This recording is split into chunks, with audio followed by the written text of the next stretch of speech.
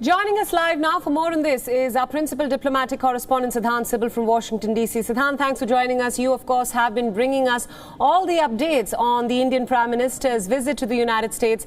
Now, what we just showed our viewers and, of course, the world at large was the warm camaraderie that was on display between the two leaders, Prime Minister Modi and President Biden. What does this say about India-US ties going forward?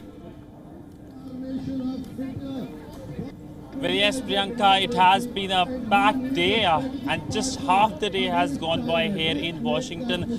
We are now all awaiting for the Quad meeting. The bilateral has happened and we saw the warm camaraderie, the body language between the two leaders. The focus, of course, on many things. But in the initial comments, what is interesting is that the Indian Prime Minister gave the 4 T's. That is the talent, trusteeship, technology and other T's that connects India and America. That's his trademark style when it comes to talking about a simplifying relationship. But he basically sent a message, the Indian Prime Minister, that this friendship is not only going to grow but is going to get cemented further. Of course, there were light-hearted moments. President Biden talked about his India Connect, the 5 Bidens, his Mumbai visit. He also talked about the Indian heritage of Vice President Kamala Harris. This, of course, was the first in-person meeting, a much-awaited event, and finally this event or this bilateral has happened. The top officials from both sides, in fact, were present in this crucial meeting, the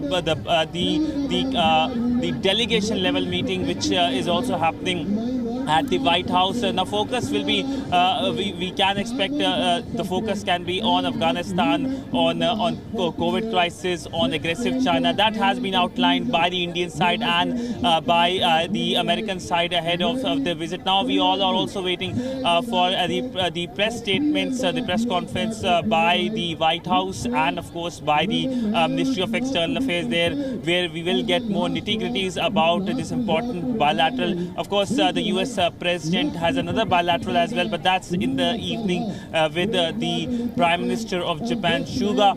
Largely, when it comes to today, these are the 3 key events which are going to take place here in Washington. But ahead of that, outside of White House, there was a celebration of sorts with the Indian community coming in full force, dressed in traditional clothes. They, of course, danced and were very happy about this development that the Prime Minister is here. Remember, the Indian diaspora plays an important role. 4 million Indian diaspora playing an important role in terms of connecting the two countries in various sectors. There are a lot of Indian Americans in the Biden administration. And of course, the fact that during the meeting, President Biden referred to the India Connect many times, and yesterday also when the first Indian American Vice President of America welcomed an Indian Prime Minister, the optics of this cannot be lost, and that sends a message of how these countries are coming together. We might be separated geographically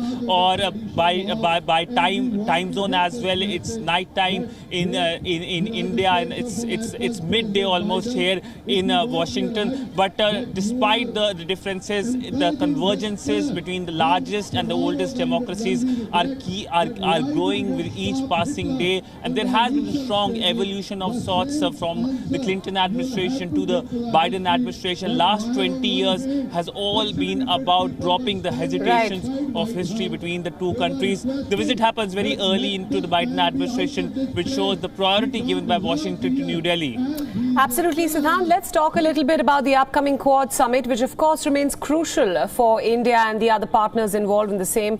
Now, a lot of people have questioned the significance of the Quad summit, especially in the backdrop of the recently announced AUKUS Pact. So give us a sense of the Quad expectations, especially when it comes to what India wants to be discussed on the table.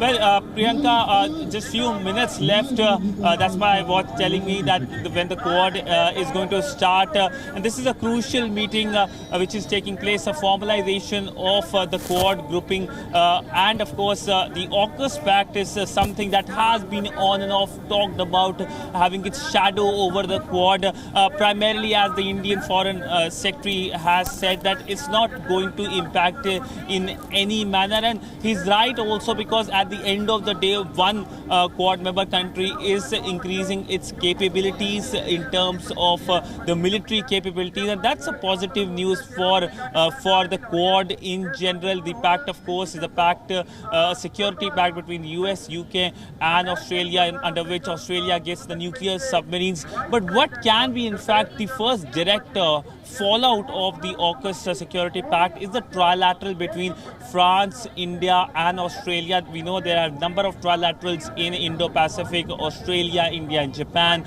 Australia, Indonesia and India. But largely, if you look at this trilateral, the one which has France, it will be difficult to now meet at the leaders level. It has been growing at a very fast pace from the foreign secretary level to the foreign ministers level, who met just a few months ago on the sidelines of the G7 in London. But now it looks like heading towards rough waters. So we would like to patch up between the two allies, because there are larger issues to deal. Larger issues, of course, is a very aggressive China, which has been creating problems for the countries in the region. In fact, the White House officials who did a briefing just ahead of the Quad a meeting talked about how essentially it's just not India that has been targeted by the Chinese regime, but also other countries in the region, the wolf warriors we are all dealing with.